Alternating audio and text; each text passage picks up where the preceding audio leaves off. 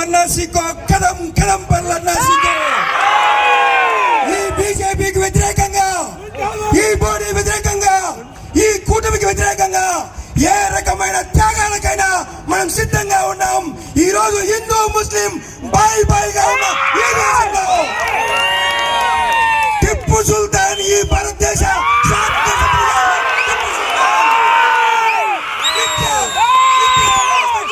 ఈ దేశంలో విద్యా వ్యవస్థకు ప్రాణం పోసిన కలాం గారు, ఈ దేశం యొక్క ముద్దు బిడ్డ అబ్దుల్ కలాం గారు